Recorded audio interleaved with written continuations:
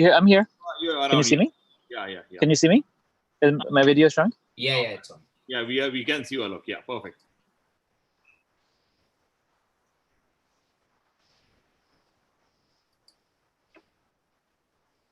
But you can see the screen, right, Alok? Yeah. Yeah. Yeah. Yeah. So that's what. Yeah. Perfect. World premiere grand round spine surgery. Yes. Perfect. Your vision is. You can play the keynote, Adgakar sir. We are online now. We can go ahead. Yeah. Good evening, everyone. I welcome you all for today's grand rounds in spine surgery. We have Dr. Shekhar Bhojraj, the pioneering spine surgeon from India as a national stalwart for these grand rounds, and Dr. Alok Sharan as the international master for today's grand round. The concept, the idea for today's webinar is to understand the ideology from someone who is doing it for last 3 to 4 decades, and we want to understand what is the ideology for treating a patient from how the patient comes to the clinic and what all things he will do it. You know, we all know, we all read the books, we all see, we have our own different academic understandings, but let's understand it from the masters. And this is a series which we are starting along with OrthoTV and Maharashtra Orthopaedic Association. Dr. Shinde sir and Dr. Karne sir has supported us for this big venture, and I welcome you for this grand round. Myself and Dr. Abhay Nene from Mumbai will be moderating the session for today. Over to you, Shinde sir, and then we start with the proceedings.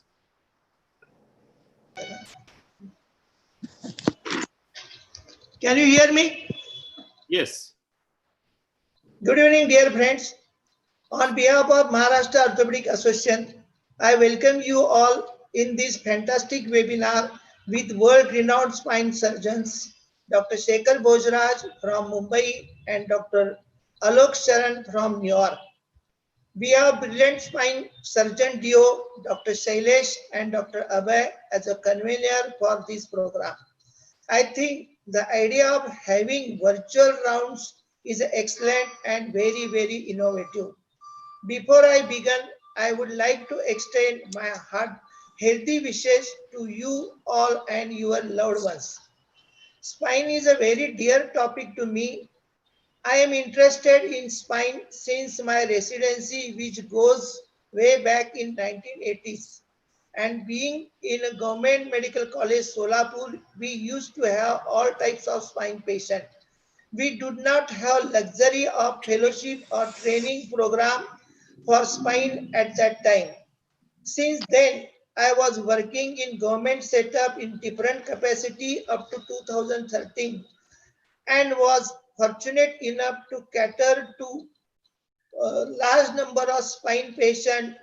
Even in my private practice till today, I am treating spine patients as we are not having many spine surgeons in our area.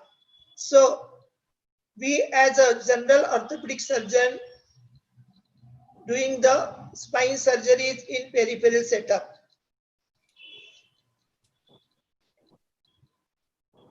I met many great teachers in my journey who taught me basic of spine surgeries. Then through CMEs and conferences, I kept updating my knowledge.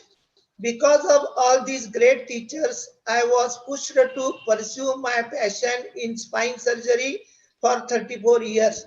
So I believe everybody interested in spine surgeries can pursue their passion with teachers present here.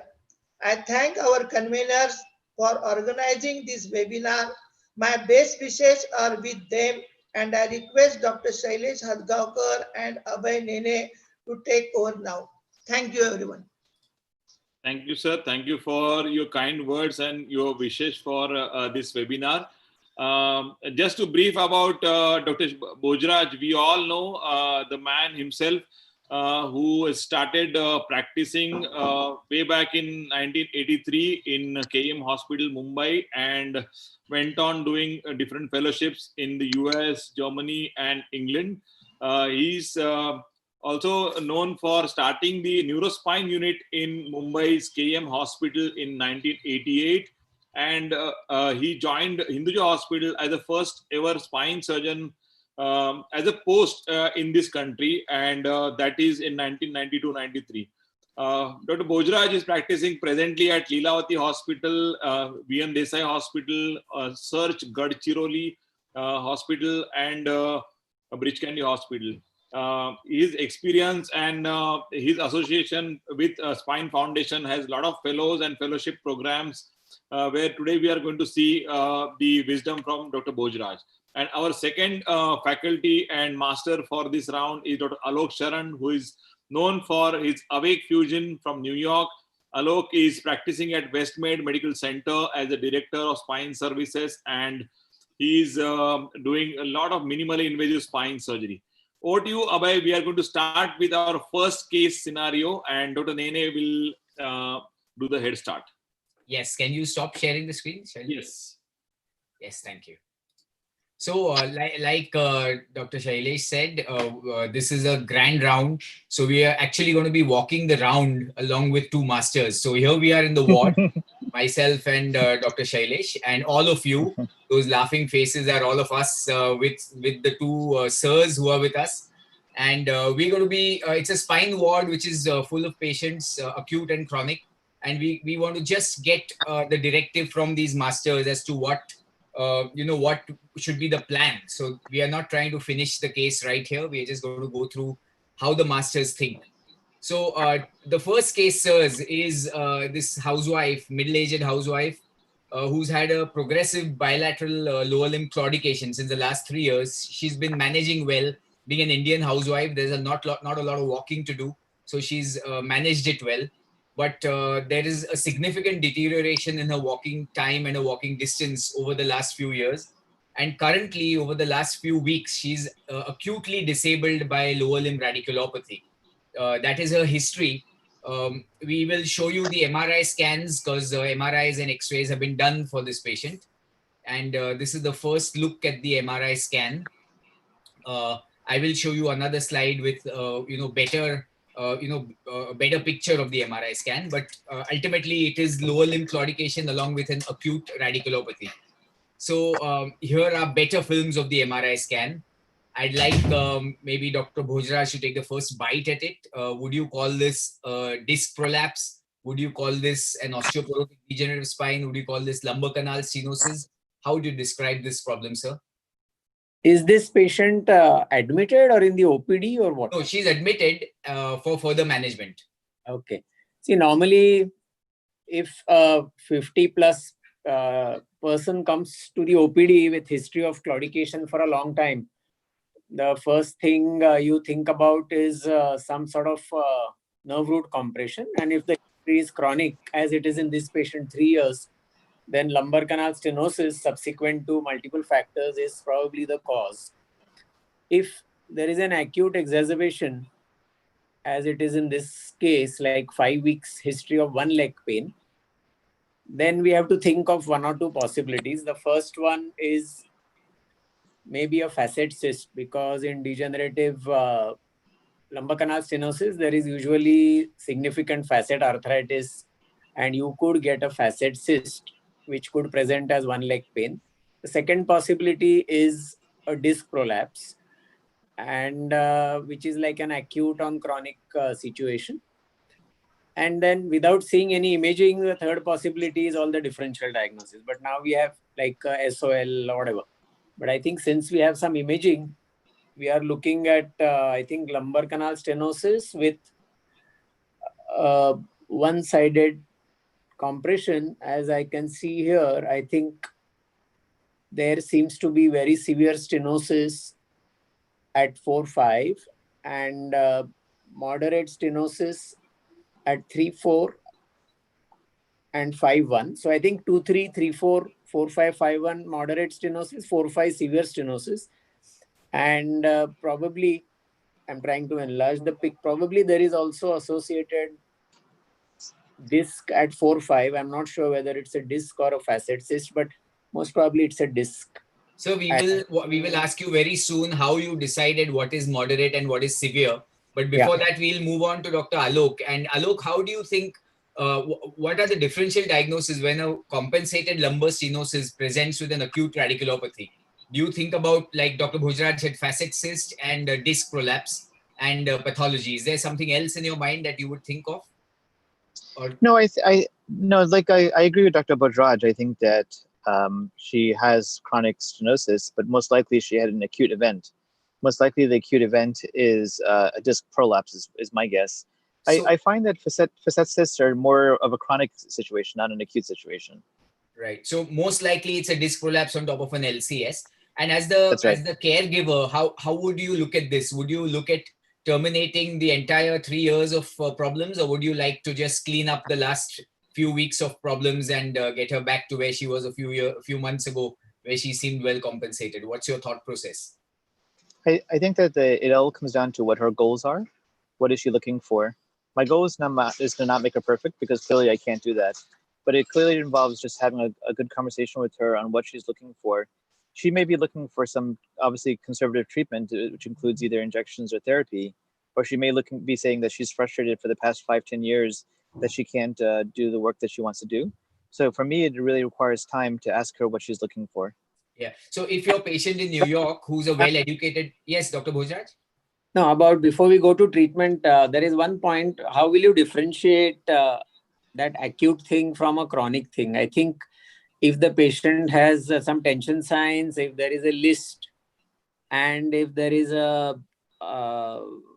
these couple of things, you would be able to, how the patient walks into your clinic with a list, and then that's an acute event like a disc prolapse or a cyst. So I think. So what you're trying to tell us is that you want to have a clinical perception as to whether there's a significant acute pathology going on. And one of the markers is a new leg pain, as we discussed, but the other markers are the patient comes with a list, with a spasm, or with significant instability pain, isn't it? Yeah, because that is normally not the case in a cold lumbar canal stenosis. They usually walk and then slowly they have been claudicating. But when she comes with an acute situation, then we'll have some tension signs, SLR, and restricted movements and all that. And a list. When we see level discs, that time you want to check whether there are a lot of discs which are already there, chronic. So we just want to see acute on chronic, a single level, or which is the culprit level. That is what you want to check. Yeah. Right. I agree with that also, but understand though that the straight leg raise test loses sensitivity after age 40. So even if an elderly individual has acute disc, it's not as a definitive of a study or test as it is for below age 40. So that becomes challenging, just to keep in mind. Right. So Alok, just coming back to what we were discussing, an educated patient who he's not looking for surgery. And but this is the pretty ghastly looking MRI in a fairly young person. If the person approaches you saying, "I don't want a surgery, can you help me?" Are you happy to go through, or will you be in a defensive position as a physician? Not at all. Not at all. I think that what's challenging is you really want to try to meet the demands of what the patient is looking for. So while I can do surgery for many patients, doesn't mean that the patient particularly needs surgery. So I think what's so challenging is you have to, beyond taking the medical history and physical, you have to truly understand what the patient is looking for. And if they don't have, because of work, they can't take time off for surgery, then you can't do surgery. Because they are the only caregiver in their family, they can't take time off for surgery. So beyond just understanding the medical issues, I think it's really important to understand the social issues, and then really trying to match up services according to what their demands and wishes are, desires. Right. So we're going to ask this to Dr. Bhojraj also, but the question to you, Alok, is that in New York City, the Big Apple, what percentage of patients who come like this go away without getting an operation in your clinic? So there's multiple answers. There's no number. I can't tell you the number, but with all due respect, the insurance companies require authorization from the insurance company before you could do a surgery. So oftentimes the insurance company won't even let you progress unless they've gone through particular non-operative treatment. So beyond the desires of the surgeon, the insurance company will stop you as well. Right. So there would be at least a few patients in a group of 25 that you see that go away without surgery. I would argue that as long as the patient is neurologically intact, probably 80% of the patients will go away with that surgery. Oh, lovely, lovely. So, Dr. Bhojraj, now the Indian perspective, none of our patients want surgery, and all of our surgeons want to do surgery in a surgical problem. So, can you give a philosophy on how to sum this up? Because as a surgeon, when I see this, I say, boss, this is like my fingers are, my mouth is watering to do this, and the patient says, but I don't want an operation. How would you kind of counsel yourself, and how would you counsel the patient, and then us junior surgeons how to address this scenario, this conflict? I think there are two types of patients in this particular scenario. One is who'll say that she's been claudicating for last 5 years, and she's got these acute episodes also multiple times, and she has avoided coming to a doctor. But now finally it's become too much and she cannot take this anymore, and she wants a definitive treatment.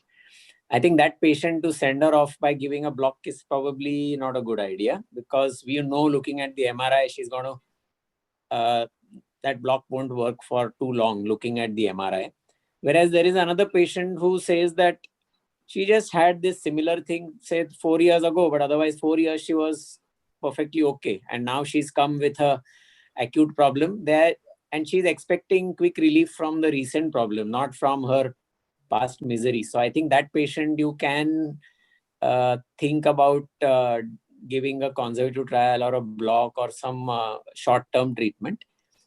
But I think these are two distinct groups. I think when you sit with a patient right from the OPD, admission and imaging, you can differentiate these two type of patients. Fortunately, we don't have that insurance issue here, so we can take our own decisions as to what to do. Many a times, I think it depends on the doctor where this patient has come. Many a times in tertiary referral centers, they will come to you after doing all that stuff. They have already tried physio, they have tried pain blocks, and they come to you many a times for surgery. So that time again to give a block and send them off is probably not a good idea in our scenario. But I agree with Alok that if other factors are there, such as insurance, and the patient is not wanting to have surgery and has some commitments, short-term, long-term commitments, after which the patient wants to come, it's fair enough. I would like to give a word of caution, because in severe stenotic patients like this, we have had problems giving blocks, because we have had a couple of patients who developed deficits in a very tight canal by giving pain blocks, especially epidurals and TFEs. So we'll have to be careful in very severe stenotic patients with tension signs to give blocks and send them off. We have had patients who developed foot drop and things like that, painless foot drop. Right. These are a few different things I would like to add. Yeah. Swinging back to you, Alok, what would be the top 5 tenets of so this lady in the ward says, if you can avoid a surgery, I'd like to avoid an operation. What are the 5 top treatment plans in your head for non-surgical treatment for this patient? And which is your trump card amongst these 5? Yeah, that's a great question. So initially, I would start with physical therapy, perhaps with some kind of plan with forward flexion, or emphasis on more forward flexion type of exercises. Then in addition, we may even try, let's say, a chiropractor with perhaps some kind of distraction or tension, or so that a decompression type of machine, so that you can potentially alleviate those symptoms. In addition, when they come in with acute pain, I like to give them a trial of 6 days of steroids. I find that also helps to alleviate some of their pain, so that they don't make a decision in haste, so they can reduce their pain. But ultimately, I find that the transforaminal epidural injection, I know there's both interlaminar and transforaminal, but I find that the transforaminal epidural injection for at least that acute radiculopathy works really well to get these patients out of their acute pain. Right, fantastic. So I think you nailed it actually. So once you offer this non-surgical treatment, do you send the patient away with a disclaimer or a caveat, or you are encouraging and you back the patient in this scenario? For sure. And, this is the kind of patient that you want to keep close ties to. Perhaps you call them, your assistant calls them to make sure that they're doing okay.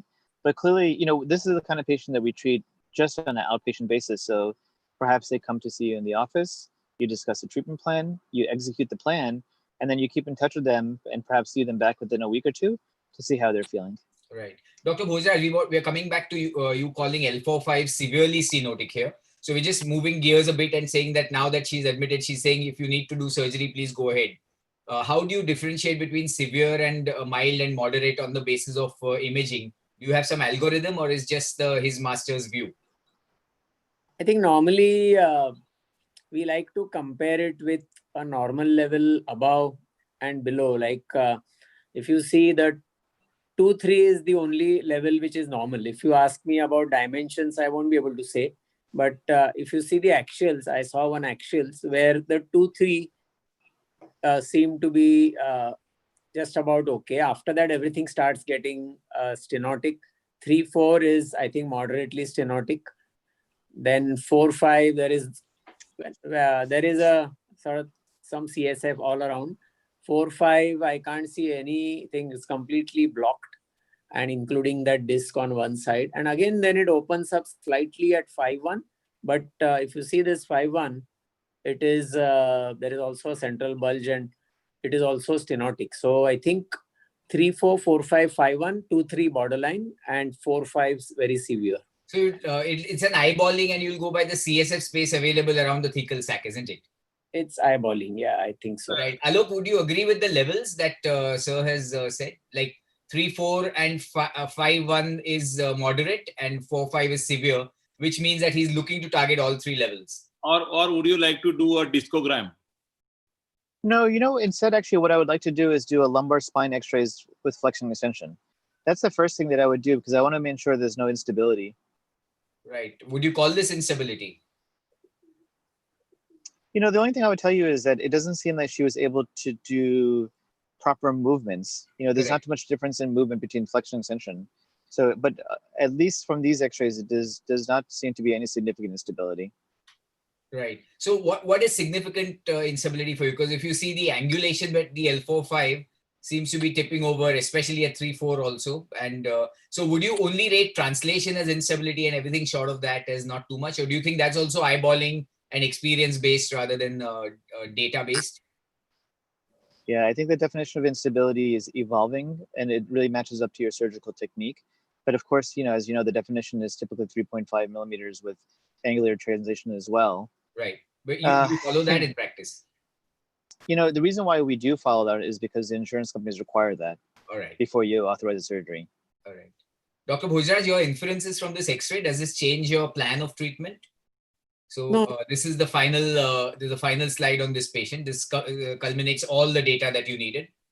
So what would your plan be for surgery? See, I didn't get one very important point is whether there is significant back pain. We are only talking about radiculopathy. Is there, number two things I want to know, is there significant central axial back pain? And number two, are the movements of the spine relatively free? She can bend forward. Yeah, so somewhere around we said that there's almost no back pain, and movement of the spine is reasonably fine. She can bend down at least up to her knees, her palms up to the knees. So in that case, unless there is some gross listhesis and very abnormal movement, minimal movement, I will not consider as something very significant. Is this movement good enough for you? What you see on the X-ray? Yeah. I mean, there is a very subtle listhesis if you see at 4-5, but yes.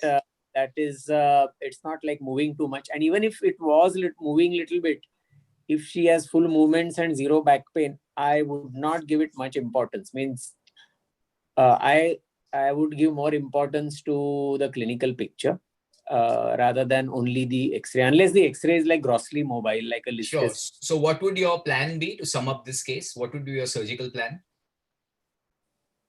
I'm going to do a long segment decompression for her, 3-4, 4-5, 5-1, and go for try to see whether that right-sided disc is significant. And if there is, then try and do a discectomy at 4-5.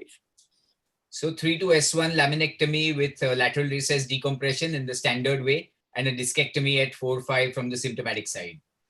Yeah, sometimes what happens is, if the facet arthritis is very severe, just a lateralized bulge, not exactly like an extrusion, but just a lateralized bulge also can give rise to severe acute radiculopathy.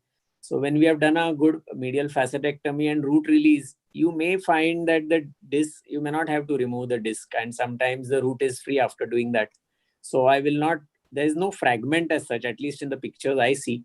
So I will keep that option open, because especially if you're not going to fuse and there is a very subtle listhesis, then I will try and see if I can avoid a discectomy. But if the root is taut over that disc, then I will go ahead and do a discectomy. But that doesn't mean that I'll add a fusion. Right. So, I mean, this we want to hear this from your mouth, that these long segment laminectomies in these relatively younger patients, we are taught to believe that they will lead to instability because you're removing all the posterior elements and posterior supports. Can you tell us your kind of thought process on this before we move to Alok again and ask him how he thinks about this?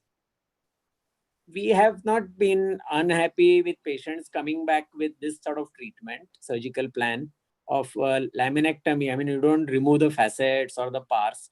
You be restrictive, but do a good root clearance. And if possible, avoid a discectomy. But if you have to remove a disc, I think younger the patient, you can concentrate on core strengthening, taking care. And a lot of patients don't, majority of patients don't come back, because if they were coming back all these years, then we would have switched to fusion. But we have not been unhappy with this sort of approach, unless there are three things. Number one, significant back pain, listhesis to start with, and a huge tall disc which you had to remove. Then you're asking for trouble, and then maybe you discuss with the patient that you may decompress long but fuse that one segment. But in this particular case, female, with the type of things we are seeing here, with not much or zero back pain, I would not do a fusion. Sir, Right. when was the last time you did a fusion for these patients after your primary laminectomy? No, today morning we did one patient who was like 40-year-old female with a large extruded disc, tall disc at 4-5, and a little relative stenosis. And she had like cauda equina picture and tall, so whole disc had come out, and tall disc, young patient, one level. This becomes one of the ideal indications to do a fusion. Right. So we'll wind this case up with Alok's, the ball in Alok's court. Alok, I want you to bite the bait and challenge Dr. Bhojraj's treatment, because I'm sure you're not going to be doing an L3 to S1 laminectomy in New York. So correct. Correct. But even if I wasn't in New York, I wouldn't do the last one, laminectomy. And first of all, I would suggest that you do the transforaminal epidural injection at L4-5. And ideally, you want to do it for both diagnostic and therapeutic purposes. Right. As close as possible, what you want to try to figure out is what is the symptomatic level, because if she had chronic stenosis and acute on chronic situation, and an L4-5 injection takes care of 100% of her pain, I think that you're okay doing a procedure at L4-5. It's a little bit risky, but you should talk to the patient about that. But if you can't diagnose it and you're left with that, then I say it's fine. But the reason why I say it is because I think the discussion about instability, which you raised, comes about because we release the posterior tension band off of the posterior elements, and that perhaps that leads to instability.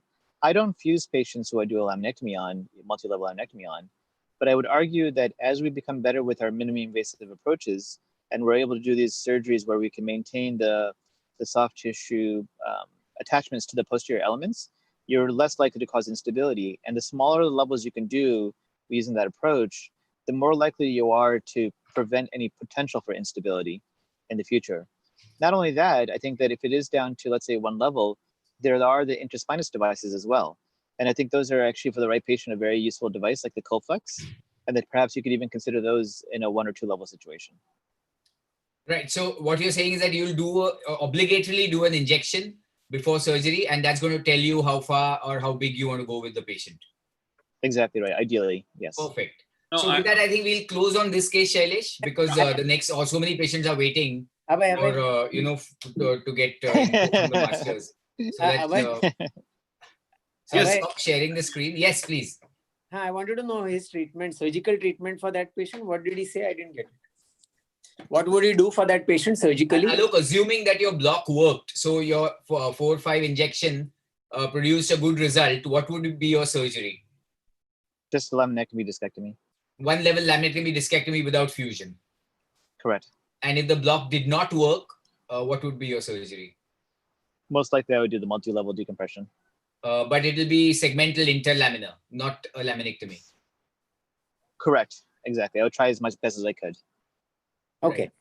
No, All my, right, my lovely. question to sir was, when was the last time he did revision surgery for long segment decompression coming with instability? Oh, that question. Yeah. I don't remember. I've surely done it, but Very less. very not recently. But I mean, that's not a good assessment because maybe that patient is living with problem or he's gone to someone else. So we don't have that statistics. But your own patients, I would say, put it the other way. I've seen many more good follow-ups of such patients not coming with instability rather than because those who have problems, maybe they go somewhere else and get operated. So we don't know. But at least if a big chunk comes to you without a problem, I mean, you're happy to see that. Yeah. So, Right, so take home from this first case, Chalu will move on with the next case. I'll just give the take home from this first case is that every patient with severe stenosis does not get surgery unless the patient wants the operation or unless there's neurological deficit, which is not a common scenario. There are multiple good ways of treating non-surgically: exercise, osteoporotic treatment, activity modification, injections, and of course, good counseling. Keep a watch on them and explain them the red flags. If you do surgery, at least our masters say that a long segment decompression does not produce instability, and I've seen that over and over in Dr. Bhojraj's case. But the modern trend is to move towards less invasive, small patches of surgery and get everything right. So with that, we'll move on to the next bed, and Shailesh is over to you. yeah. Hi. This is a 26-year-old female. She came to the casualty and now admitted with acute onset paraplegia. And this is what was the X-ray. This was progressive. She was having back pain and difficulty in walking. And then suddenly, 3-4 days back, this happened when she was presented to us. Mild tenderness, power 0/5. These were the X-rays. Hyporeflexic. Just show the X-ray again. Yes, sir. Any significant past history of surgery or medical problem? No, sir. There was absolutely no medical history or anything in the past. She has completely eaten up one half of the body. There is a winking owl sign. Correct. In our country, even if the disc spaces are maintained, first diagnosis would be TB. There is a soft tissue shadow also I can see. Okay. But because it is single level 26 and otherwise nothing else, I mean, further imaging will give us more clue, but first diagnosis is TB, but it could be even a metastasis, we don't know. But I think first thing in our country with scenario, only thing is too much, almost the whole body half is gone and this act. So we'll have to look at that. Yeah. Yes, Alok. Yeah, it's in our country we don't get much TV, so I honestly have to magnify it tremendously to see what you're saying. But I'd very quickly obviously get an MRI before making any kind of diagnosis. We got her investigated. This was the. And go back to the X-ray once again, if you don't mind. I'm just trying to see. Oh, okay, fine. Okay, so this was the X-ray, and it was suggestive of miliary TB-like picture. COVID. This must be Alok. Miliary TBs. It could be COVID. Okay. And, this was some time back, few years back. And this is the MRI.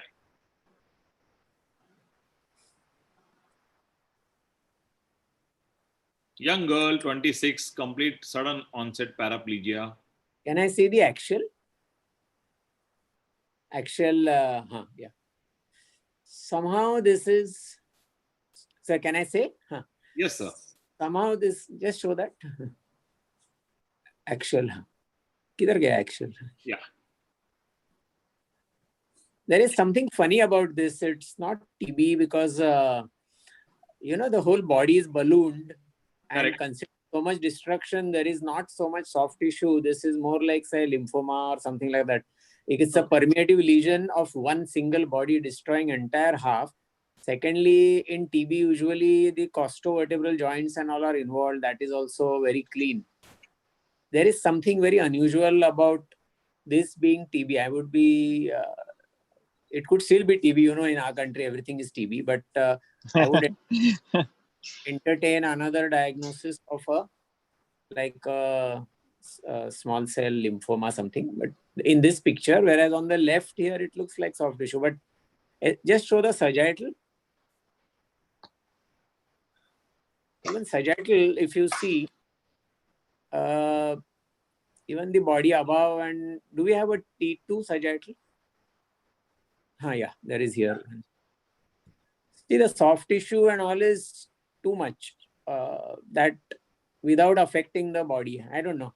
First diagnosis is TB, but I wouldn't be surprised if it comes out to be like lymphoma or something. But can you tell us why you're even thinking of this diagnosis? Like, what is that hitting your eye on the MRI scan? See, there is too much of exuberant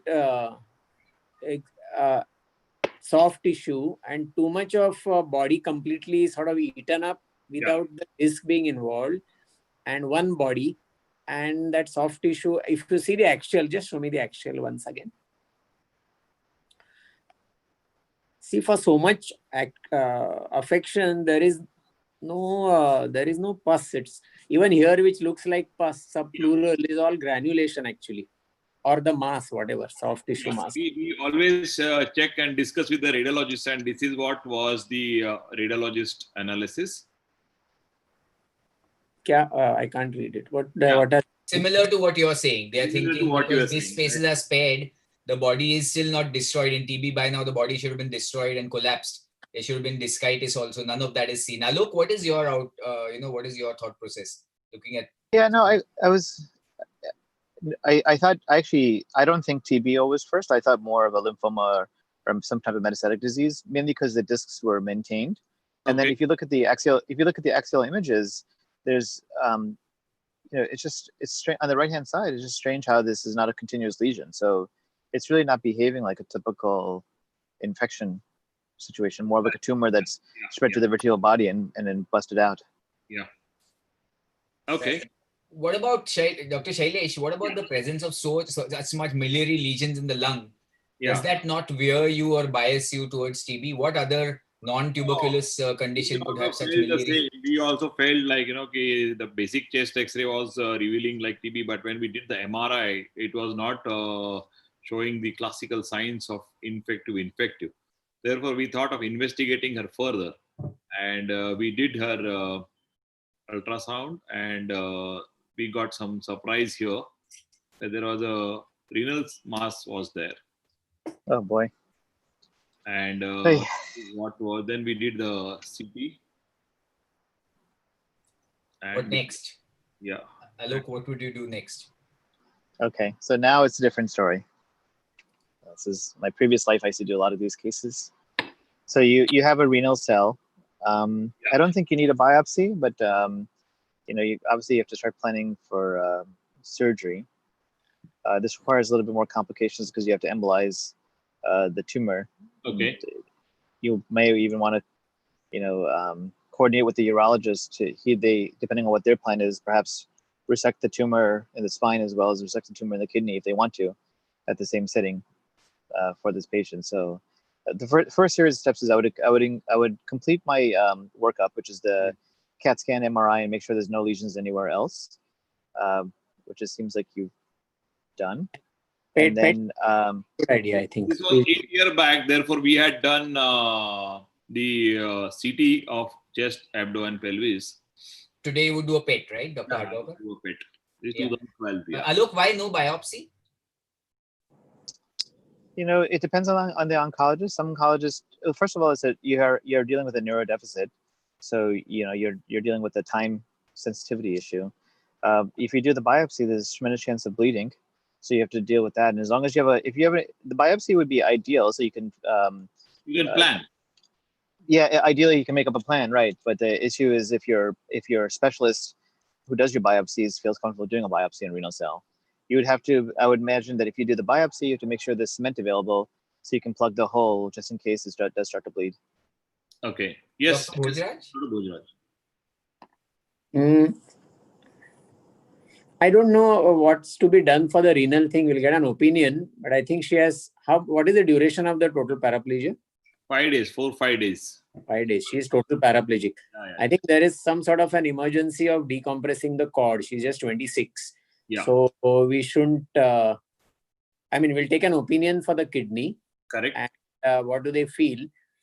But I think excisional biopsy, decompression, stabilization of the spine becomes like a sort of a urgent, immediate thing we can offer her after, as Alok rightly said, after embolization. Okay. So embolization, surgery with frozen, and because in case you get renal cell in the spine, which anyway you have to do for the paraplegia stabilization that we'll discuss, then you don't need to biopsy the kidney, you know where it is, and then they can plan definitive treatment, I think. Okay. What about a transbronchial biopsy, because it's such a relatively easy procedure, or even a, bronchial lavage or something? Or even renal biopsy also can be very easy, straightforward. But he's saying that Alok said bleeding was the problem. So non-invasive biopsy would be a bronchoalveolar lavage, which is reasonably sensitive for a lung malignancy, if any. Anyway, how did you go ahead?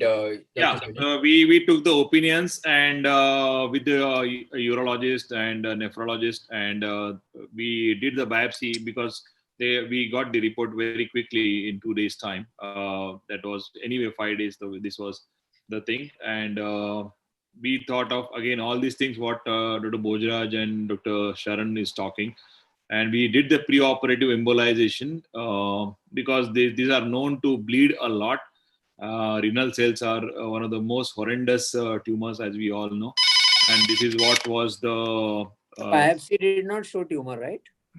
It showed the interstitial nephritis. So that is not, means it says no malignancy. So then you're not wiser by that. Yeah, actually. Okay. But the contrast CT was talking about RCC, and then okay. Look, would you have gone ahead if your biopsy was indefinite like this? I would, because you'll be able to get more tissue, and if you really are concerned, you can always get it frozen during the surgery. So I think the both of you are gunning for an excisional biopsy of sorts, isn't it? Given that it's a young paraplegic at hand. Yeah. Right. This isn't a tumor surgery. This is a decompression neurologic surgery. Yeah. So the main problem, there's obviously multiple facets to this. There's a spinal cord compression, there's a tumor, and then there's a tumor aspect in terms of saving her life. So this is the first primary goal is to just save her neurologic status. So that's why that takes priority over getting a better diagnosis of the tumor. Right. I think both the masters have told us the right way, and this is how we did the same. The embolization was done. And we planned for the decompression. At the same time, we did the biopsy. So this 3-level laminectomy, and we did the vertebroplasty also for the level, the collapsed level.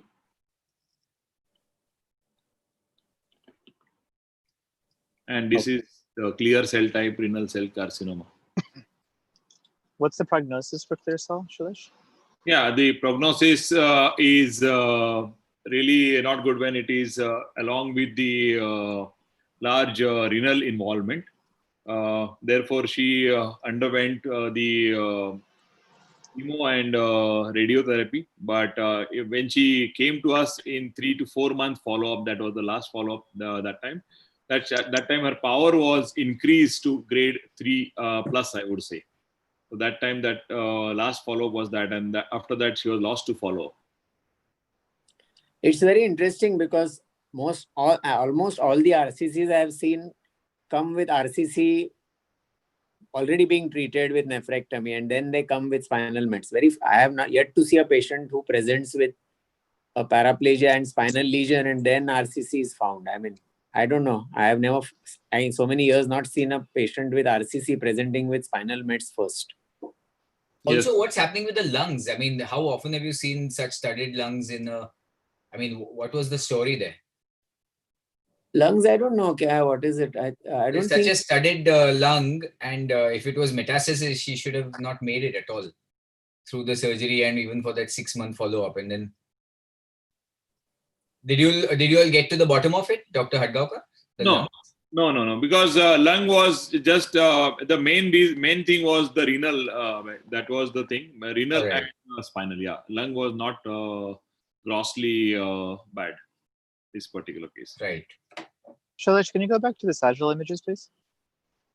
The MRI? Yeah.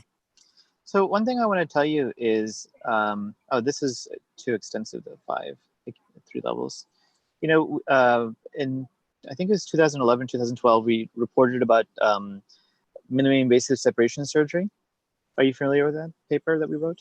Yeah, It's sure. essentially what we did was, you know, you're not going to be able to get complete resection of the tumor. The goal is just to do a decompression. So with such an extensive tumor, you want to do, ideally we said you just do percutaneous screws, mini open at the level of the compression, do as much of the decompression as possible with resection, and then follow it up with good radiosurgery. At least from a functional point of view, it gets her walking. We showed that it basically gets patients up and walking very quickly within 24 to 48 hours, especially in a girl who may have a poor prognosis. You don't want her to spend the rest of her life just recovering from the surgery. Yeah. So it's at least it gives them the ability to return back to some kind of functional state quicker. Yeah. So I think the message is clear. In these kind of difficult tumors, we have to investigate, thorough investigation, a team approach, discussion with the particular specialist, proper pre-operative embolization, and planning the surgery. Frozen section will be worthwhile when there is the neurodeficit, so that you can do the early surgery, you can plan out. And in renal cells which are known to bleed a lot, it is must that we have to have the embolization pre-operative before we plan the surgery. There is no escape for these kind of tumors. And of course, the renal treatment and onco treatment is mandatory along with this.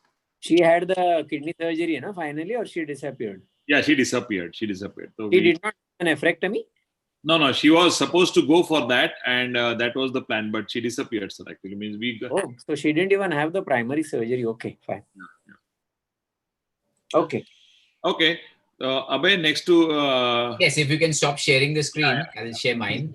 Because we are moving to the patient who's lying next to the patient that we saw. Yeah. And this poor guy, we've operated him. So he's just been admitted.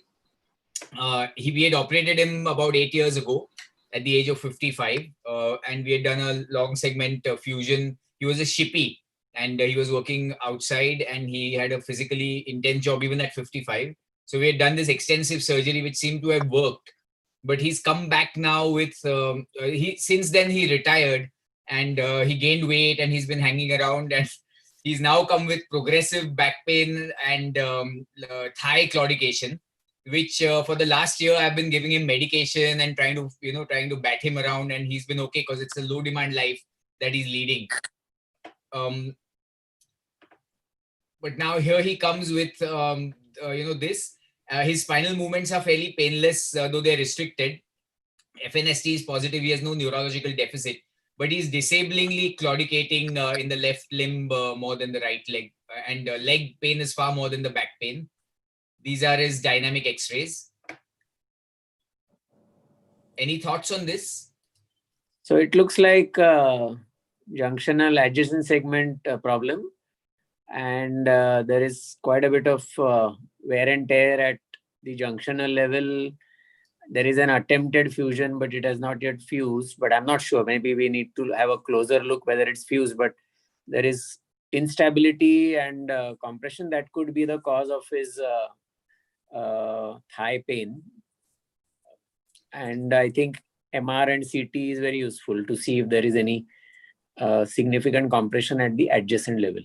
Right. So we'll get his MRI. We've had his MRI done. That's what it shows.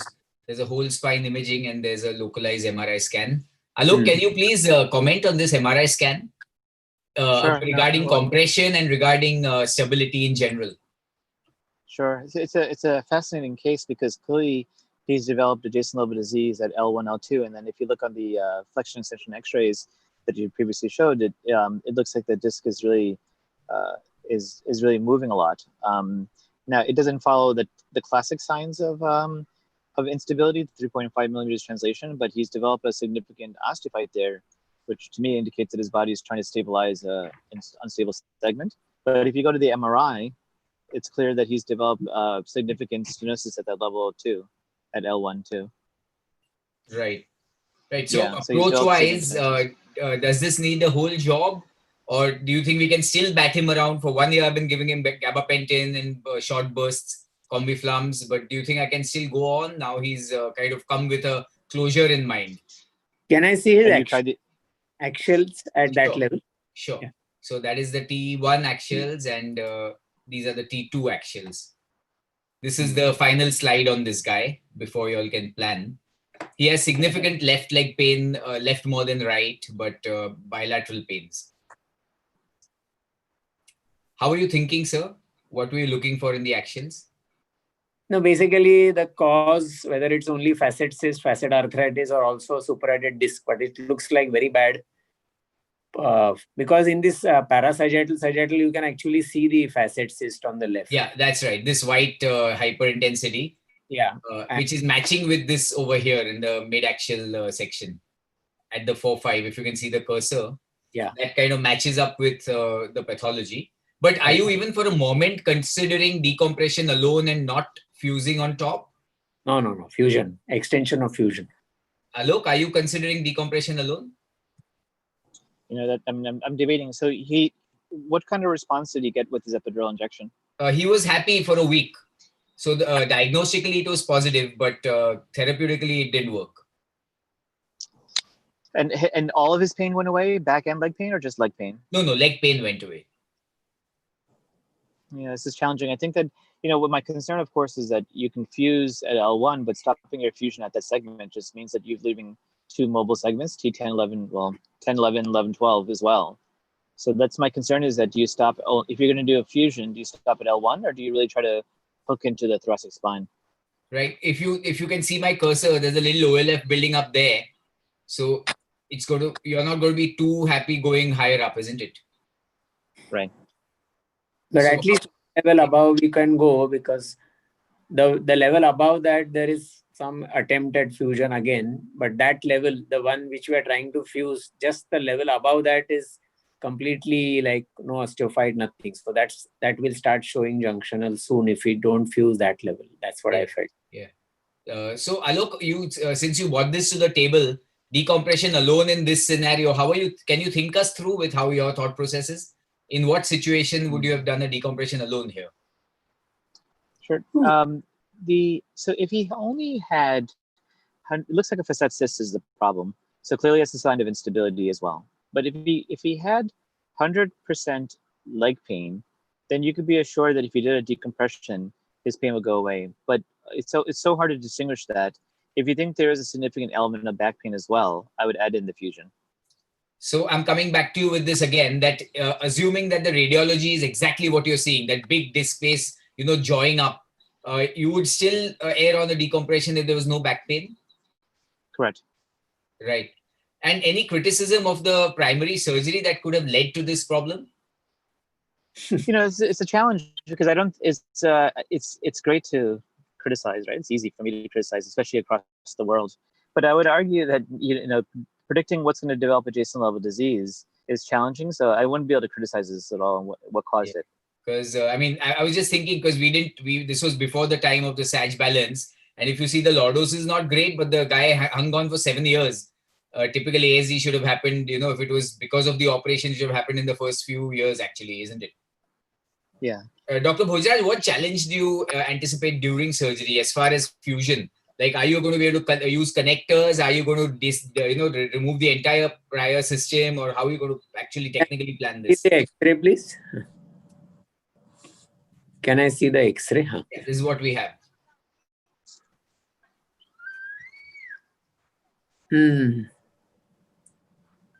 I think you'll have to change. I'm going to fuse 2 levels above. The affected one more level above.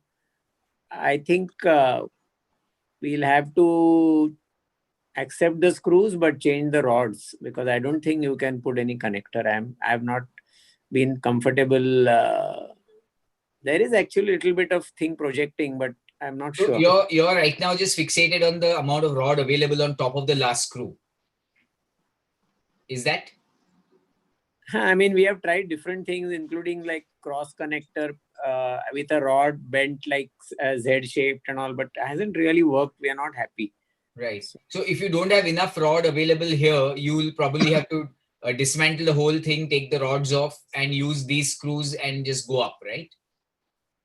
What I'm thinking is the lower things, 7-8-year-olds, rock solid fusion. I don't need to remove, put the rod again right down. I can just use 2 segments. Sure.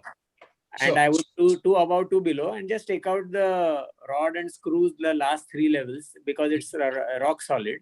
Yeah. I use 2 and 2 above new and 2 old, and just put 2 rods and a connector. I see what you're saying. So it becomes a quicker, easier operation, but the incision will be long again. Yeah, because that lower down it's perfectly healed. Why again put another rod there? Yeah. Yeah, sure. Any smarter thoughts, Alok? Anything that you can suggest that Yeah. So from a diagnostic perspective, we determined now that his back pain is significant, so we have to stabilize his back, and then of course we have to decompress him as well. So we're making the decision for fusion. There's multiple different ways we can do a fusion, but ultimately, besides stabilizing him, we also want to prevent any further adjacent level disease. And then there's always going to be a question of levels. So in my mind, I want to sort of do, if you will, like a soft fusion. And what I particularly want to do is not anything with a significant rigidity, like multiple pedicle screws, but instead perhaps do a P-lift with cortical screws. So we can essentially put an interbody in to raise the disc space, and perhaps not have as rigid of a construct. So a softer landing, and then you won't go above to T12, is it? Because that would allow me to avoid going to T12 by doing that. Dr. Hadgaonkar, what is your plan here? I think if you see the X-ray carefully, there is a ossification of anterior longitudinal ligament. So if ideally speaking, this shouldn't be happening because there is already fusion, but still it is happening. That means there is a significant instability. The adjacent segment is wobbling. So it has to be fused, and I will definitely go at least 2 levels above. And maybe if the CT scan shows good fusion, I will remove the lower rods. I'll just keep it to, as Dr. Bhojraj said, 2 above and 2 below. That should be good enough, and decompress that level. I will do a facet release. I will go from lateral side like a standard T-lift what we do and decompress rather than doing a midline decompression here. Any role of a side-to-side connector that will prevent you from needing to take the whole rod off? We have done the dominoes and connectors, and they have worked very well.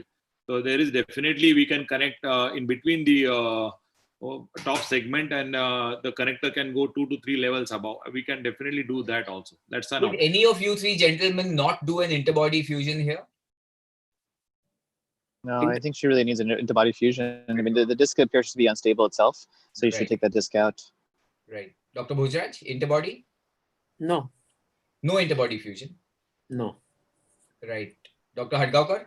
I will prefer at least chip lift or putting bone graft anterior. So halfway. Okay.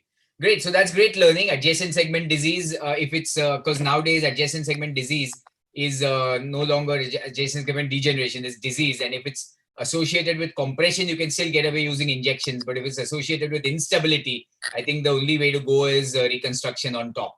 So that's a good lesson learned. And we learned about the small technical tips and tricks to push your fusion above. Shailesh, can you take over? Yeah, what was done finally, Abhay? Shailesh, I did get so because the patient is still in the ward, we are not going to tell you that, but we did exactly what Dr. Bhojraj yes, sir. Dr. Bhojraj proposed. We took off the rod and used the upper 2 screws and 2 more screws on top, but we did a cage T-lift. Okay. Shailesh, your baby. I wanted to understand what Dr. Alok was saying. What will you do? I didn't get it. What was he trying to say? Alok? For this case, soft fusion, I didn't get it. Sorry. Yeah, I would do a decompression. I would do a P-lift, interbody fusion, and then I would put cortical screws. Cortical screws, okay. No, the advantage of cortical screws as the entry point is far away from the facet joint, and hence, if you want to spare the facet joint on top, maybe a slightly better way of putting screws. Saving fixation at the level above. Correct. Yeah, so right. Yeah, so he will go only 1 level above. Yeah, that's right. Only the affected level. Okay, fine. Exactly right. Okay. So next to this revision spine patient of Dr. Nene, there is a patient of us, and who is a 70-year-old female. back pain, radiating pain, and she was on medications for good some time. Couple of physicians were treating her osteoporosis also, and the T-score was minus 4.1, and sudden onset of weakness, difficulty to stand and walk, crouched, and this is the collapse. What will be your approach to this next, Dr. Alok? Tell me again her symptoms. What kind of, is she neurologically intact? Yeah, but difficulty, inability to sleep on back, crouch, radiating pain, severe pain. And were you able to do any type of flexion extensions? I just want to see how much correction she gets. No, we didn't do that. What is the history duration? She was under treatment for 6-8 months, and this is maybe when she was presented to us 10-12 days. She has nothing in the legs, completely normal. Yeah, normal, no deficit. Okay. But inability to walk, crouch, very painful.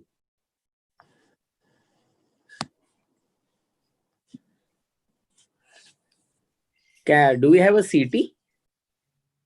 No, CT was not done, sir. Okay. So it is instability pain. I would fix her like 2 above, 2 below, and will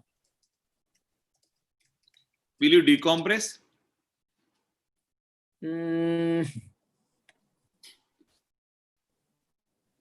I would do a CT, because if there is a cleft and things like that, once you put her on the table and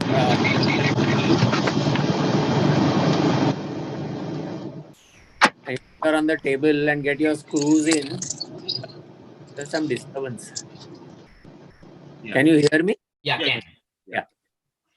So I think if there is a cleft and you put her on the table and fix 2 above, 2 below, then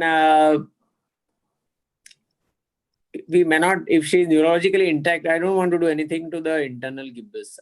I think I will decide after seeing the CT. But Bones are very porotic, minus 4.1. 2 above, 2 below should be good enough, sir? maybe 3 above, 3 below. Yeah. Okay. Hey, Jack. Yes, Alok? And I struggle because I wonder if you can just get away with doing a kyphoplasty in this case, just to take care of her back pain. And why? Because I would just be concerned about the purchase of the screws. Do you want to do such an extensive surgery? Why can't we just instead put cement in? Okay. That's the challenge, because bone quality can be softer. Bone quality is softer, and plus it's a big operation for an old lady. So mandatorily, you would ask for an opening up X-ray, right? You want a forced prone or a sort of an X-ray to see if this opens up, which may even make you consider kyphoplasty. Because if it's healed, that's out of the window, right? Right. Not only that, but let's say that on flexion or extension, there is movement, and you can reduce her out of kyphosis as much as you can. When you do the kyphoplasty, put her in that position, take her out of kyphosis, and then do your cement procedure, so she won't feel that bump in the back. That's why I just want to see what kind of movement she has. Right. Dr. Bhojraj, with such a significant collapse at a junctional level, do you think a cement plasty will last? I have no experience with standalone only cement in such procedures, unless there is an intra-body cleft which you're trying to fill.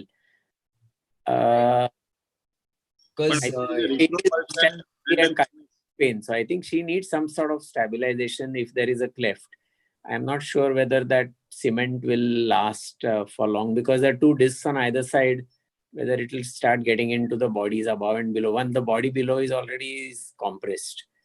I'm not sure. Full fracture there, yeah. Right. Dr. Hargaonkar, what is your thought? In case you put her prone and it opened up nicely, like there was a big cavity in the middle, Yeah. would you buy that idea of just filling it with cement and going home? Somehow I am not very keen for cementing. I do cementing in this, but this is quite a significant kyphosis, conus, thoracolumbar junction. I will prefer to stabilize this with whichever, hydroxyapatite augmented screws, or cortical cancellous dual thread screws, or cement augmented screws, or something like that. I will definitely prefer to. We can augment it with wires also. Yeah, we can. That's also a very good option. Screws and rod system, we can use the posterior elements and do wiring over the rod, so it becomes like a belts and braces double fixation. Yeah, so these are the things. The general thing, though, I'm not sure if Alok is slightly indisposed right now. He's slightly busy. No, I'm here. I'm here, Abhi. Alok, the Yeah, I'm here. I'm question sorry. was that if you did a CT scan here, you'd find that the end plates would be leaky, right? Most likely. Yeah, but look, of course, putting cement in is always a challenge, and of course it's leaky. But there are also different types of cement now that won't, and you can compose the cement in a particular way so that you can manage that while you're putting the cement in. Right, so that's why I'm not as concerned about those kind of issues. And yeah, I'm more concerned about putting screws into her bone, and then it's subsequently pulling it out. That's why I'm trying to avoid doing the instrumentation. So you're arguing for a less worse option rather than a better option, isn't it? In a sense. Exactly. Yeah, we all know the problems of screws. Yeah. Yes, Dr. Adgawkar. Yeah, no, just wanted to, because there's quite a bit of retropulsion here. Cementing with typho probably is. Do you think it will really help? But he's saying. But if you turn her, if you turn her prone, and she's able to see, for example, achieve some kind of, let's say, correction, then when you do your kyphoplasty, do it in that position, then you don't have to worry about that as much. It's nearly a vertebra plana completely, the collapse. Yeah, but what he's saying, Shailesh, is that we don't have an extension film. Okay. So, sometimes they just open up when you put them in extension or put them prone, and that I think is the point. And like like Dr. Sharan said, that putting screws has its own set of problems. So this is you don't want to open a Pandora's box. Anyway, yes, go ahead. No, so as we did this HA coated augmented screws, and so far we are lucky. We are following up. You do anything locally to the kyphosis? No, sir. Just You didn't have to do any internal gibectomy, nothing. Nothing. Okay. What do you predict will happen to this, Dr. Bhojraj? Just show me the X-ray. We use problems at the upper level, because either cutout or new fracture above. Right. But because the modulus of elasticity is significantly changed with this metalwork coming in, isn't it? And the biomechanical axis is much more anterior than you would want it to be. Yeah. How old is she now? She's 71, 72. So long enough to live. Yeah. Alok, how did she handle the surgery? Because it sounds like it's a big surgery for a 71-year-old. It took around one and a half hours actually, not much, because it was just putting screws, and luckily the purchase was not as bad as we thought, but therefore we use this HA coated screws. So now we have almost 1.5 to 2 year follow-up. This was a year back nearly. What about adding intraoperative cement in addition to all what you have done at the level? Somehow, sir, because of the retropulse fragment, I was not very keen to put the cement. Now, I am not mentally prepared for any patient with retropulse fragment, or because I have done one patient with monoplegia after cementing in a retropulse.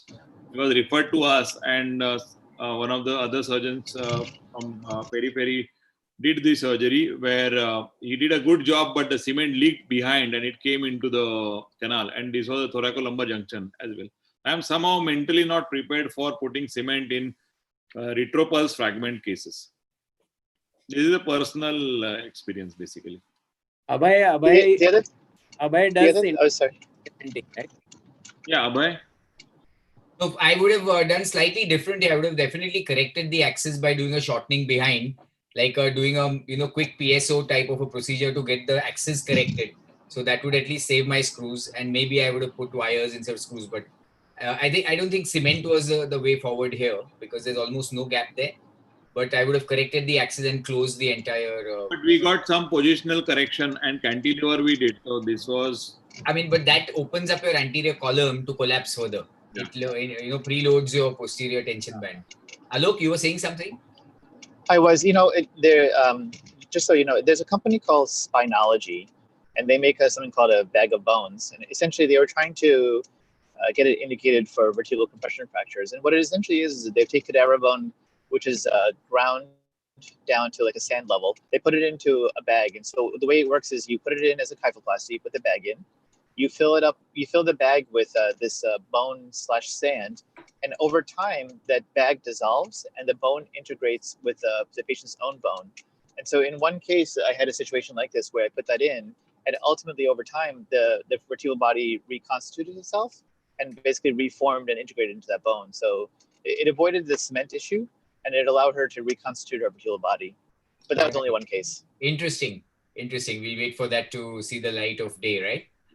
Now we will go with little rapid fire of the cases, Dr. Nene. So this guy has just landed up in the ward. So I'm going to show you what we have. He's an elderly guy who's developed a fairly rapid onset progressive spastic paraparesis. And he's still walking with a walker, but he's clearly disabled and he's going down. And that's his X-ray. When you check him, he's got flying jerks in the legs. His power is normal individually. And he says, when you ask him, urine and stool, he says, yeah, I'm okay there. That's the X-ray. I don't think there's much to... Limbs are okay? Sorry? Upper limbs are okay. Yeah. So when we look at this, we asked him for neck pain, obviously, because this is the MRI that he's come with. He's admitted with us. And then we immediately asked him about upper limbs and neck pain. So he said, I have some neck pain, but neither did he complain of upper limb symptoms and nor did he have any signs in the upper limb compared to the lower limb. And this is... Any early thoughts, Dr. Bhojraj? Yeah, he's got that posterior ossification 5, 4, 3, 2, 1, 11, 12. Can I see some pictures of that area? Right there. So I think that's a quick pick because you were conscious of the clinical presentation, isn't it? Because actually this guy has been referred to us for cervical laminectomy, but he has no upper limb symptoms. And I think all of you would agree that the MRI is not at all impressive, though there's an OPLL in the cervical spine. It's not impressive. And because the MRI is done in such a way that they've done a lumbar and a cervical spine, they seem to have missed that junctional area. Yeah. Isn't it? Don't you see that quite often in practice? Yes. And so this is what he had with him. These are the axial cuts, which if you really pay attention, you see that one in the corner there, which shows the squeezed out thoracolumbar junction. And that's really his pathology. This is, you have to zoom in on that. This is the last slide on this patient. Alok, how would you proceed here? There is a bit of a cervical stenosis, as you can see. CSF space is lost. There's an OPLL there, but it's asymptomatic. There's a multi-level OLF. If you see on these, these cuts, there's some OLF happening on the top, but on the parasagittal cuts, there's CSF. And at one level, it seems like a real pincer. So the first thing I would do is refer the case back to you. Because I operated on one girl who was in her 30s, and she had the similar kind of situation where she had thoracic stenosis, cervical stenosis, and lumbar stenosis. We published this, and we basically, what we did was we went after, just because of her significant myelopathy, I went after the thoracic spine first, and it was a very challenging case. It wasn't something I wanted to do. Because the problem is that OLF is adhered to the spinal cord. And so there's a high chance of getting dural tears as you're decompressing. And so I just did sort of skip laminectomies on her in her thoracic spine. And then we did her cervical spine ultimately. And then at the end, we did her lumbar spine because even her disc was calcified. It was a very challenging situation. And she did well, but she wasn't 100%, but she did well. She was able to walk without a walker at the end. I mean, would you agree that thoracic OLF is probably the most challenging case in terms of neurological outcome for a spine surgeon? I think in multi-level, it's always multi-level because even like a 1 millimeter kerosene, when you put it in there, the patient jumps because the dura is so compressed and the dura is so adhered to the OLF. Correct. It was. I still have I still have bad dreams from that case. Right. Dr. Bhojraj, what are your pearls in this scenario? Pearls from your experience? So I think two things. A calcified thoracic disc from the front is much more of a problem than a posterior calcification because their posterior procedure doesn't help. You have to go transthoracic or whatever. And then keep on removing the compression till you come to the dura. It's a more challenging than this. Here, it is not so bad. I mean, what you can do is you can thin it. You first expose the normal. Here it is at 2 levels. 80% is at 11, 12, but there is also a beginning of thing happening at 10, 11. So 9 and 12, you can do a laminectomy normal and then start working on the side. You may have to keep some islands of bone attached to the dura, as Alok rightly said. If you try to hit at that island, that bone at the maximum compression from the beginning, you're going to have problems and dural tests. So sometimes you can really thin it down with the burr and do it above and below, and then you can keep a small island there. Attached to the dura, you mean? I think nowadays with this Mesonic, I think people are doing these lateral troughs and the whole thing can just float up on the side. I think that's more safer. Right. But this is, I agree with Alok, a very challenging case, but you can't run away from it. You have to do it. I told this guy that their master's coming to see him, and his question was, what are the chances that I'll get worse after the operation? Currently, I'm walking on a walker. What are the chances that your surgery will make me worse? What do we tell him?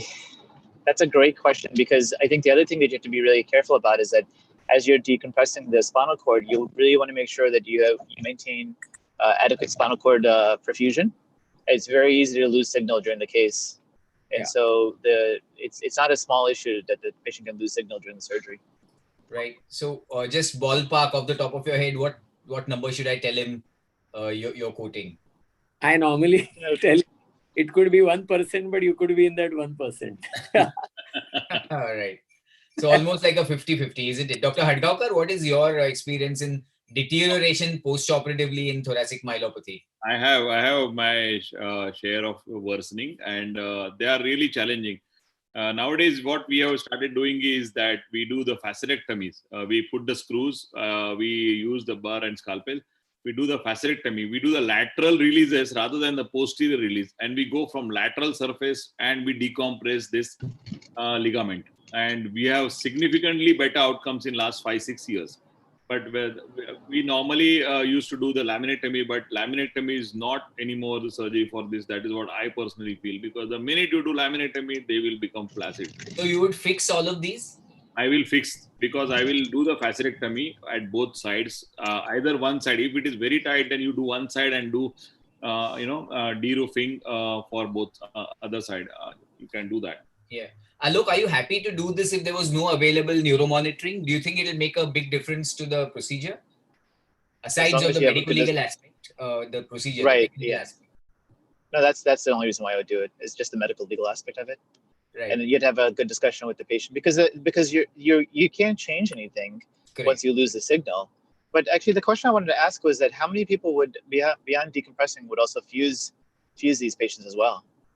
I wouldn't. Dr. Shailesh would. That's one all. What about you two? I am not going to. Yeah, so it's interesting because we did do a literature lookup, and in Japan, of course, they have a higher incidence of this. The patients who were fused had a lower rate of progression in other levels.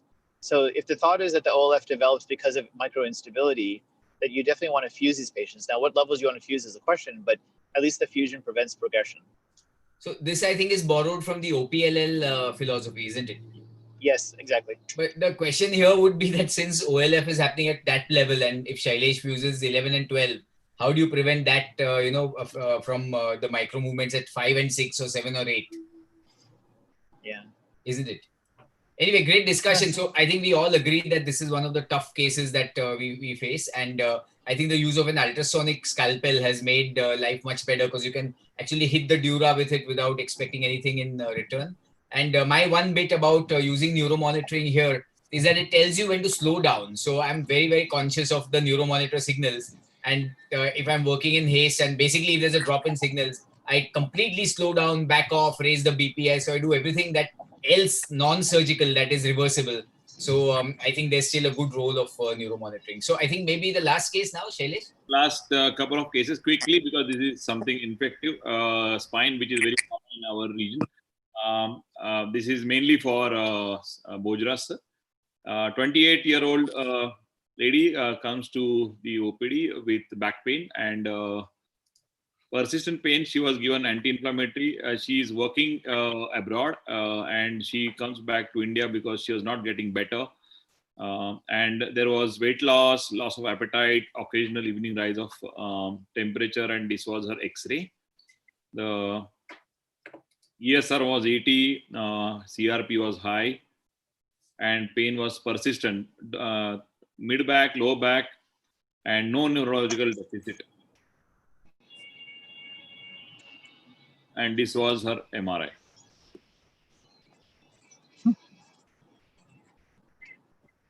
Alok seems eager to share an opinion. I was going to say, is this patient next to the patient with OLF in the ward? Yeah. Because it's going to be a tough day. He's yet to get admitted. This is the OPD. The problem is that the LCS patient was next to the guy who had an adjacent level. So when I told the LCS patient I'll operate you, she said you operated him and see where he's come back to. No, and this girl is due for marriage, and this is suddenly, unfortunately, this has happened, and this is what the MRI is talking about. Yes, Bhojraj sir. Is sir around? Yeah, I'm here. I'm trying to understand what's going on. See, this is not TB because see, the posterior elements are involved. The whole body is involved. The posterior element, spinous process of something is involved. There is a lesion. There is a ballooning of the posterior elements also. And very funny sort of lesion. There is one picture which shows like TB because it's an abscess, but otherwise... All constitutional symptoms are very classically TB. Weight loss, loss of appetite. ESR is high and... rise of temperature. However, leukocyte is almost normal, 11,000. So basically, the MRI is not classical of TB because there is a ballooning of the posterior. It's a very unusual type of complete 360 degrees, and posterior elements are as involved. And sir, if all the sections, it is involved from C1, C2 till S1. But wouldn't that go in favor of infection if it's so polysegmental? It is infective, yeah. And also in this corner, bottom axial left MRI, Dr. Bhojraj, there's actual white pus in there, prevertebral, white color. Only picture, multifocal. Yeah. Alok, what are your thoughts on this? Infection or not? Well, no, it's just saying that why can't you just biopsy and figure it out? But then before doing that, just do a further workup of, CT, chest, abdomen, pelvis, just to make sure there's nothing else there. Okay. But why don't just go, and then after doing that, just do the biopsy. We did the biopsy and it came out to be TB. And this is what her images with appropriate. She's very eager and keen. She wanted to know how she's getting better because that marriage proposal and things were going on. So this is how now she's... She has no deficit, right? No deficit, yeah. So conservative treatment or what? Yeah, conservative treatment, sir. Okay. One more quick case like this. 67-year-old female, neck pain, stiffness, 4 months, and again constitutional symptoms, loss of appetite, loss of weight, evening rise of temperature, bedridden because of severe imbalance while walking. And this is her X-ray. Yeah, there is prevertebral shadow, 2 vertebrae involved, disc space involved, 2, 3, 4. So 5, 6 discitis with loss and instability kyphosis. So MRI. This is the instability on X-rays.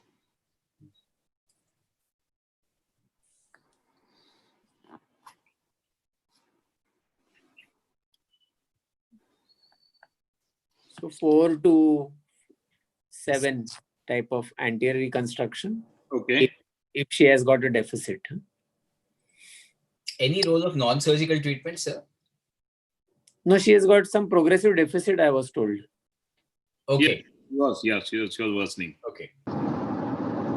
What is the etiology of this? Mostly infective. There's a big prevertebral abscess, I think. And so why would you do your reconstruction only from C4? Why not go straight to C2? Sorry? Why you said your reconstruction will be from C4 to C7? I would be more inclined to consider the whole cervical spine from C2 down to T1 because it's such a significant sagittal imbalance. I would want to get better control of the cervical spine. No, the lesion is only in one disc space. Above and below, it's okay. So I thought those two bodies we'll have to take it out from the front, decompress, and anterior reconstruction from 4 to 7 because 5, 6 Oh, I is see. 5, 6 Sorry. anterior reconstruction with a. Would you do this differently, Alok? I was trying to think if you could do this only from the back instead. What about I was trying to think about reconstruction? is, yeah, just do a limited anterior procedure, but then because of the significant kyphosis, do a reconstruction from the back, perhaps from C2 or C3 down. Okay. So better lever arm at correcting the lordosis. Is that what That's right? Yeah, exactly. But then you would have to you'll have to do a first anterior clearance, then posterior alignment, again anterior reconstruction.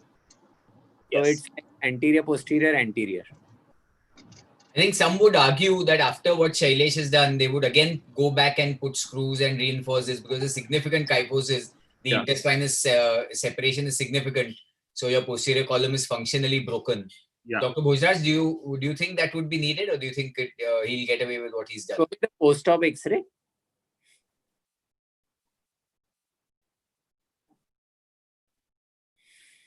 No, I think if this works and if it fuses whatever is done, I think it should be okay. But I think what Alok is saying is a good procedure. We can just do anterior clearance, drain the thing, don't do anything, keep that open, turn the patient or whatever lateral position, do a lateral mass corrective fixation, and then reconstruct in the front. That'd be like a complete job.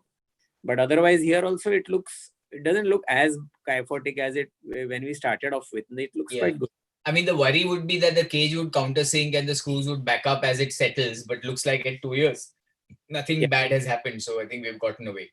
Intraoperative traction, a mild traction, and then once you clear everything, it will open up, and then that kyphosis is corrected. If you see the spinous pro, the interspinous, alignment is much better. Yeah, I know. It's surprising actually, surprisingly good X-ray at So maybe share the last case. It worked.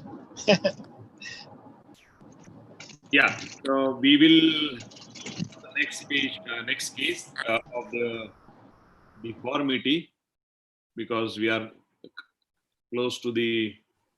Yeah, it's been such a lovely session because we've been just discussing very freely without any planning, and so much has come out of it. And I think even we've learned so much from this discussion on such simple stuff, isn't it? Yeah, we will be just going for last quickly 2 cases and one or okay. Yeah, 2, 3 quick cases, some trauma cases, sir. This is a traumatic. Is the screen is there? No. No, I can't. We can't see the screen. Oh, so sorry. Just a sec. I'm just sharing the screen. Yeah, is it come? Yes. Yeah. Yeah. Last quick cases for the masters.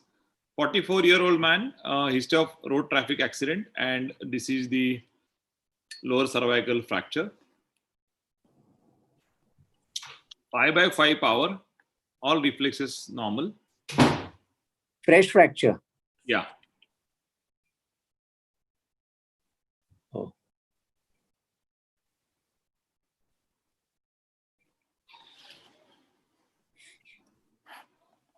CT hai? हाँ sir. So there is some mix-up. 2, 3, 4, 5.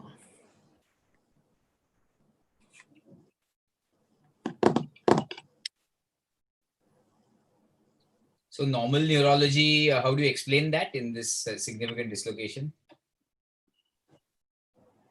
Posterior fractures also, I think. Yeah. He's and lucky. It's quite significantly unstable, 360 degrees. Front and back.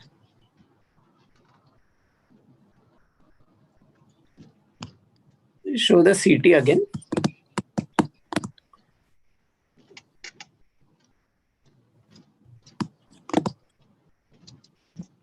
Sorry, there is some mix-up, but that is So, Shailesh, do you often get an MRI before you reduce these patients if they're neuro intact?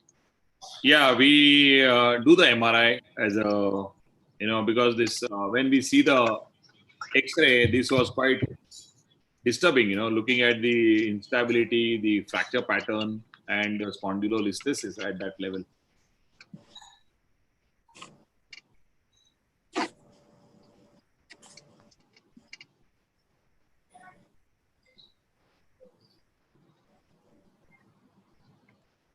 So I think I'd say the spinal cord is not compressed. I think there is auto decompression from behind. Yes, sir. So with cord monitoring, you can do lateral mass fixation at least 2-3 above and 2-3 below, below and lateral mass above or whatever. Okay. Because you need immediate stability. Right. And on the C-arm, if by doing that anteriorly, it doesn't look so bad. If it gets realigned, it will all heal in the front because there is so much of injury. If posterior good stabilization is done, I would not try to reconstruct because all that bone will come in your hand, all normal bone. Or sir, giving position in this unstable situation, doing from front first, which is more safer, and then turning will be advisable. And anteriorly is quite shattered and piche bhi hai. I mean, I would feel that lateral means posterior stabilization would be a good thing to start with and then do anterior. Okay. Okay. Yes, Alok.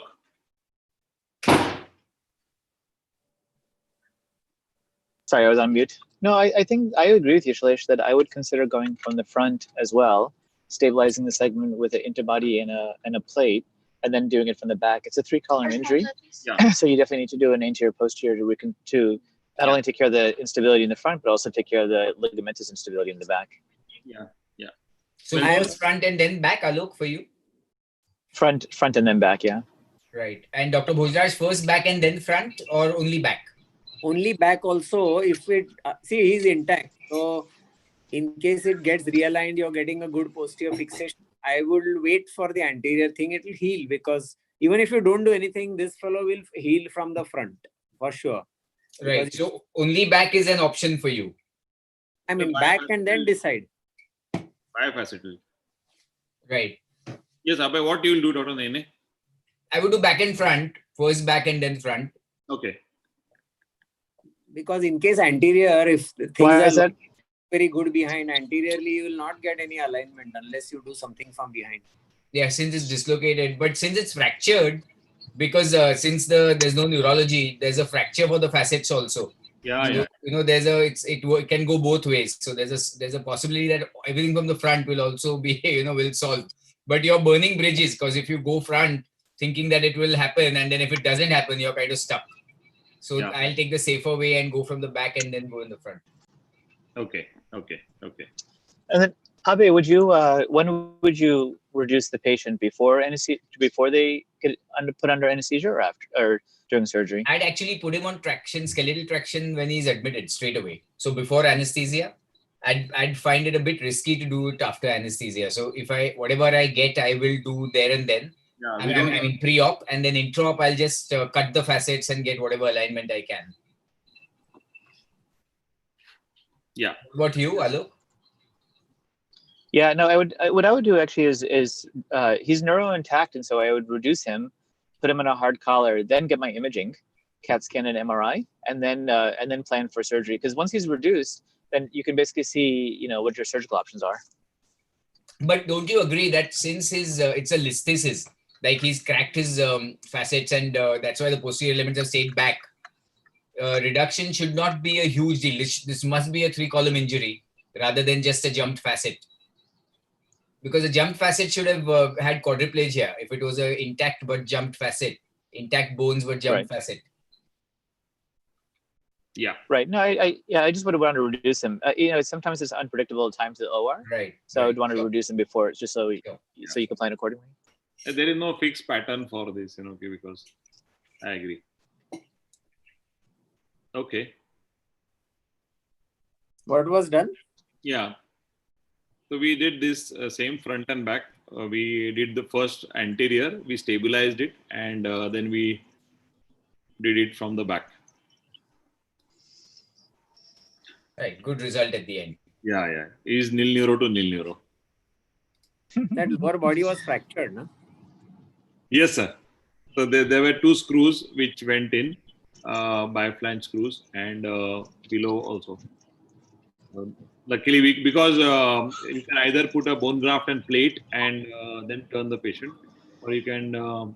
We have good, reasonably good experience with this kind of system where we can reduce it and put this cage plate. Right. Yeah. Great, well done. So, No, good case. Shailesh, I apologize. I have to excuse myself. yeah, I think we are to closing go. down now. Shailesh, you want to call the, say the thank you? Yeah. Just last case of one Then deformed. you'll have to let Alok go. Instead of that, why not? Yeah. Alok can, yes. This is. Thank you. This is great. Why not This is a touch great up? discussion. Yeah, it's a I great appreciate discussion. it. Great discussion. I really enjoyed it. Thank you. Thank you, Alok, for taking the time, and Okay. we enjoyed all your inputs. It was a great Thanks. value. Thank you very I much. appreciate it. Thank you. Thank you. Take care. Bye-bye. Yeah. Okay, the last case now, Shailesh. Last case. This is a young girl, because this is what we all have learned from sir. These are the challenging cases. Not able to stand, walk since birth, no control over urine or stools. A lung mass biopsy showed blastoma, chemotherapy was taken, and she was with neuromuscular scoliosis. And worsening, progressive worsening for sitting also. Walker or non-walker? Non-walker. Sitting difficult. Even in chair, she was not been able to sit well. So lower limb power so bad that she's a non-walker. Yeah. This is thoracic, lordosis, and lumbar. So she's come to you now for sitting difficulty and imbalance while sitting. Yeah. Right. Sir, what was your outlook at such patients? You have any, this is a traction film, right? Yes, sir. The second one.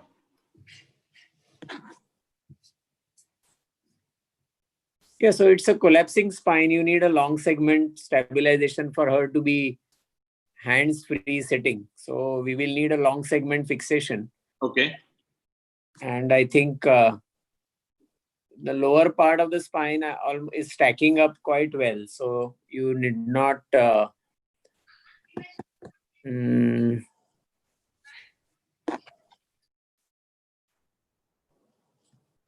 We're just concerned about I see what you're saying, sir, that the lumbar spine and the AP view look straight. But what about the lumbar kyphosis? I was just concerned that even clinically, the kyphosis is starting at the spine. So long segment actually. Okay. Spinopelvic long segment fixation, because she's anyway non-walker, to give her alignment. So a combination of screws and wires is something what we'll have to do, and maybe sacral fixation also. Okay. Yes, Dr. Nene, what you will do? Yeah, I would agree. I think the problem here is the kyphosis rather than the scoliosis. And even clinically, she's topping over in the front. So I think first message to everyone is that you can't let go of these people, saying that anyway, they are non-walkers. So abhi kya karne ka? So because they need their hands. Absolutely. These patients have to sit so that they can use their hands. The minute they have to use their hands to balance their sitting, they're defunct. And hence the handicap significantly increases if they are imbalanced. So I think number one is you've got to address this problem. And because it's neuromuscular, there is absolutely no support of the muscle. So whatever you do is the final solution. In AIS, the muscles will then contract and improve on what you've done and help balance. Here, there's no question of balance. So your tower has to be erected from the center of gravity to the center of gravity. It can't be halfway, otherwise everything will fall over across. So as sir has taught us, actually, we would go all the way down to the pelvis. And here I would do, because these fail at the lumbosacral junction. So I would pay more attention to the pelvis, put 2 iliac screws, maybe an S1 iliac and a conventional iliac screws. So get a good hold on the pelvis. I'd probably do an interbody at 5-1. I'm not too sure. It's said that you should do it, but I've gotten away mostly. I try to correct the kyphosis. As you can see, even in the traction film, the lumbar kyphosis is not correcting. So I do small posterior osteotomies and close down and try to get an alignment, not from a cosmetic angle, but to help my fixation not fail. So if I can get the center of gravity behind by getting some lumbar lordosis, my fixation will be under less load. And I'd go long up to, upper thoracic or at least T6 maybe. Yeah. Rightly said. Should I proceed? Yes. There are two ideologies, go to the pelvis or stop at 5. Both the things can be debated, but we have to be rational. And as Dr. Nene rightly said and Sir said, we need multi-level long construct. This is mainly balancing surgery, head over pelvis, and that's what we like. And we did a couple of multi-level osteotomies, as you rightly said. And we were lucky to get a good alignment. How it was pre-operative, the sagittal balance was really bad. And we were lucky to get a good counter. But we can use the sublaminar wires also because they are really useful in neuromuscular cases for sure. What surgery was done for her? Neuroblastoma. What level? No, that was the history of the past. No. So where was that surgery? Lung mass. It was outside. So nothing in the spine? Nothing in the spine, sir. No intraspinal tumor was operated? No. Okay. Lovely, fantastic. She had developed paralysis because of what? Because of, it was developmental, sir, means neuromuscular she was, and paraparesis almost grade 1 to grade 2 power in one leg only. So that was from childhood. Okay. Right. So I think we've had a lovely discussion, and thank you so for sparing the time, because this, your time is very critical. And I think every minute of this 1.5 hour session was, we got a lot of pearls. We squeezed you out of all your experience, and it helped a lot of people who were watching the show, because they are really small things, but they are the stumbling blocks in correct decision making. And in spine surgery, the correct surgery done in a wrong patient is as bad as a wrong surgery done. So I think picking up patients, making surgical decisions is really what drives us. So I think this session was extremely useful, for at least for me, for sure, and I'm sure for all the viewers around. And Shailesh, I'll hand over to you for the closing formalities with Dr. Ashok Sham and Dr. Shinde. Yeah, I would like to really thank Sir for giving this wonderful time, and the ward rounds were very flawless, the way we always learn from the masters, and thank you for that. At the same time, Dr. Sharan also giving a good time for the grand rounds and the new perspective from his side. There was a very good mixing of both the things. I would personally like to thank Dr. Ashok Sham for continuous support from OrthoTV, and Dr. Shinde, Dr. Karne, and the MOA team for supporting us for this grand rounds. And this was the first episode, and we'll be coming up every 2 weeks, similar few episodes in coming future. Thank you, Dr. Nene, for co-hosting this grand rounds with me, and looking forward for learning from you, sir, in future. Thank you very much. Thank you. Thank you.